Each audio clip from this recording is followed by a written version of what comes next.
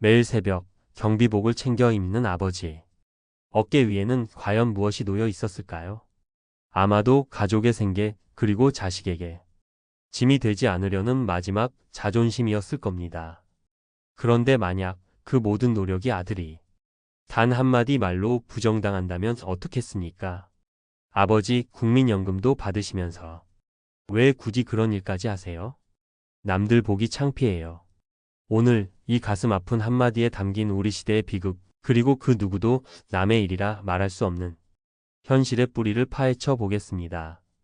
잠시 후 이 아버지가 왜 경비원 일을 그만둘 수 없었는지, 그리고 아들은 왜 아버지를 이해하지 못했는지 그 충돌의 진짜 이유를 알게 되실 겁니다.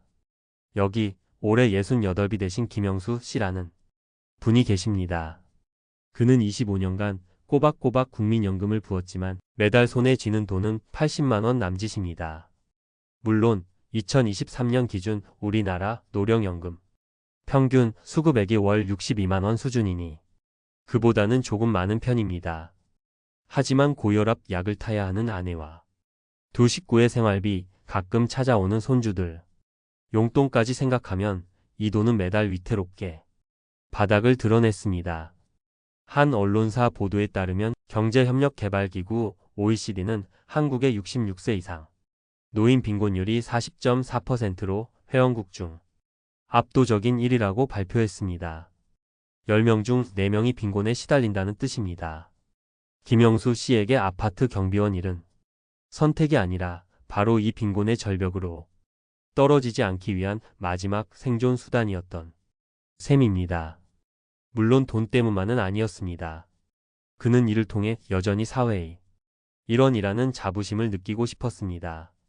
퇴직 후 아무것도 하지 않는 친구들이 하나둘 기력을 잃어가는 모습을 보며 그는 땀 흘리는 지금이 더 건강하고 충만하다고 믿었습니다.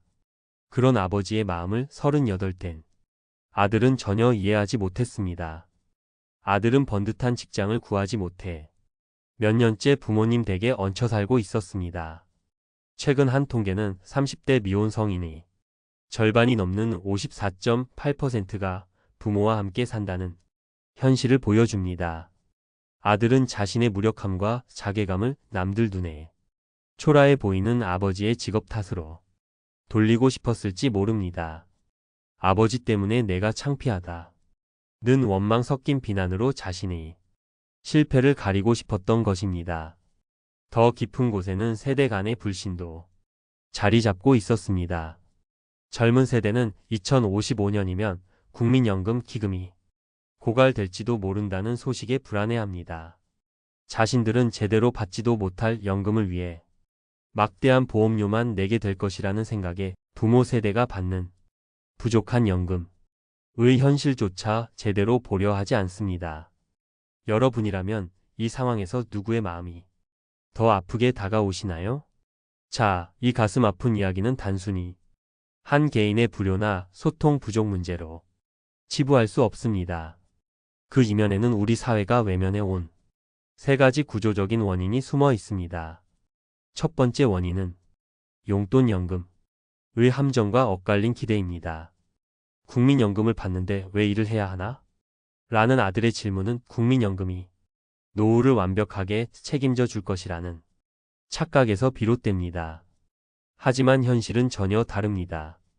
국민연금은 최소한의 기초생활을 보조할 뿐 결코 풍족한 노후를 보장하지 못합니다. 여기에 경비원이라는 직업에 대한 사회적 천시의식이 더해집니다. 얼마 전 한 뉴스에서는 입주민이 경비원을 조선시대 노비처럼 여기며 무차별 폭행한 사건이 보도되기도 했습니다. 아들이 내뱉은 창피하다 는 말은 바로 이런 사회의 그릇된 시선이 자녀의 마음에까지 깊이 파고들었음을 보여주는 씁쓸한 증거입니다. 두 번째 원인은 부양의 시대가 끝났다는 것입니다. 한 조사기관의 발표는 충격적입니다. 부모 부양은 가족이 책임져야 한다. 는 응답이 20년 만에 70.7%에서 19.7%로 수직 추락했습니다. 이제 더 이상 자녀에게 노후를 기댄다는 것은 불가능한 시대가 되었습니다. 아들의 말은 단순한 불효를 넘어 부양에 대한 책임의식이 사라져버린 시대적 변화의 서늘한 단면일 뿐입니다. 마지막 원인은 바로 소통의 부재가 쌓아 올린 오해의 벽입니다. 아버지는 자존심 때문에 자신의 빠듯한 경제 사정과 일하는 진짜 이유를 아들에게 솔직하게 털어놓지 못했습니다. 아들은 아들대로 아버지의 삶의 무게와 깊은 속내를 이해하려 노력하지 않았습니다. 서로의 현실을 마주하지 않은 채 각자의 입장에서 상대를 판단하니 존중은 사라지고 원망과 비난만 남게 된 것입니다. 자, 지금까지 우리는 한 아버지의 무너진 마음을 통해 우리 시대의 슬픈 자화상을 들여다보았습니다. 하지만 여기서 좌절하고 있을 수만은 없습니다. 이 비극의 고리를 끊어내기 위해 우리는 지금 당장 무엇을 준비하고 행동해야 할까요? 지금부터가 정말 중요합니다. 첫째, 나의 노후를 막연한 기대가 아닌 냉정한 숫자로 직시해야 합니다. 지금 당장 국민연금공단 홈페이지에 접속해 나의 예상 수령액을 확인해 보십시오. 그리고 은퇴 후 내가 원하는 최소한의 생활비는 얼마인지, 그래서 매달 얼마의 돈이 부족한지 직접 계산해 보셔야 합니다. 국민연금만으로는 부족하다는 차가운 현실을 인정하는 것이 든든한 노후 준비의 가장 첫걸음입니다. 둘째, 국민연금 외에 반드시 플랜 B를 만들어야 합니다. 퇴직금을 받아 자녀 결혼 자금이나 사업 자금으로 섣불리 써버리는 실수를 반복해서는 안 됩니다. 퇴직금은 반드시 개인형 퇴직연금 IRP 계좌로 옮겨 55세 이후부터 연금으로 수령하는 것을 원칙으로 삼으십시오. 전문가들은 연금으로 수령할 경우 일시금으로 받을 때 내야 하는 퇴직소득세의 30%에서 많게는 40%까지 절감할 수 있다고 조언합니다. 이것은 국가가 합법적으로 주는 가장 큰 세금 혜택입니다. 또한 집 한 채가 전 재산인 분들이라면 주택연금을 가장 적극적으로 검토해야 합니다. 내 집에 평생 안전하게 살면서 매달 나라가 보증하는 연금을 받을 수 있는 가장 현실적인 대안이기 때문입니다. 셋째, 자녀와 돈에 대해 솔직하게 대화하는 용기가 필요합니다. 나의 노후 계획과 현재의 경제 상황을 더 이상 숨기지 마십시오. 이것은 자녀에게 부담을 떠넘기는 것이 아닙니다.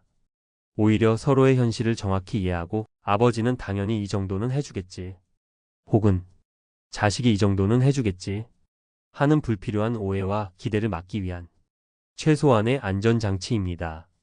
자녀 리스크라는 말이 있듯 이제는 자녀에게 무조건적인 지원을 약속하기보다 자녀 스스로 독립할 수 있도록 건강하게 거리를 두는 것이 진정으로 서로를 위하는 길임을 기억해야 합니다. 아들의 차가운 한마디에 무너져 내린 아버지의 마음은 쉽게 회복되지 않을지도 모릅니다. 하지만 이 아픔은 김영수 씨 한 사람만의 것이 아니라 이 시대를 살아가는 우리 모두가 함께 풀어야 할 숙제입니다. 부모 세대는 존엄한 노후를 스스로 지키기 위한 현실적인 준비를 시작하고, 자녀 세대는 부모님이 땀 흘려온 시대의 무게를 이해하려는 노력을 시작해야 합니다. 그 무엇보다 중요한 것은 서로의 삶을 향한 따뜻한 관심과 소통입니다. 오늘 저녁 곁에 있는 부모님께 혹은 멀리 있는 자녀에게 요즘 별일 없으세요? 힘든 일은 없니? 하고 따뜻한 말 한마디를 건네보는 것은 어떨까요?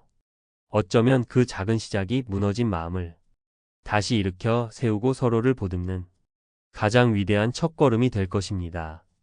오늘 이야기가 여러분의 마음에 작은 울림을 드렸다면 구독과 좋아요로 저희 채널에 힘을 보태주시길 부탁드립니다. 또한 비슷한 고민을 하고 계신 분들이 계시다면 댓글을 통해 여러분이 소중한 생각을 함께 나눠주세요. 여러분의 참여가 더 나은 내일을 만드는 데 큰 힘이 됩니다. 감사합니다.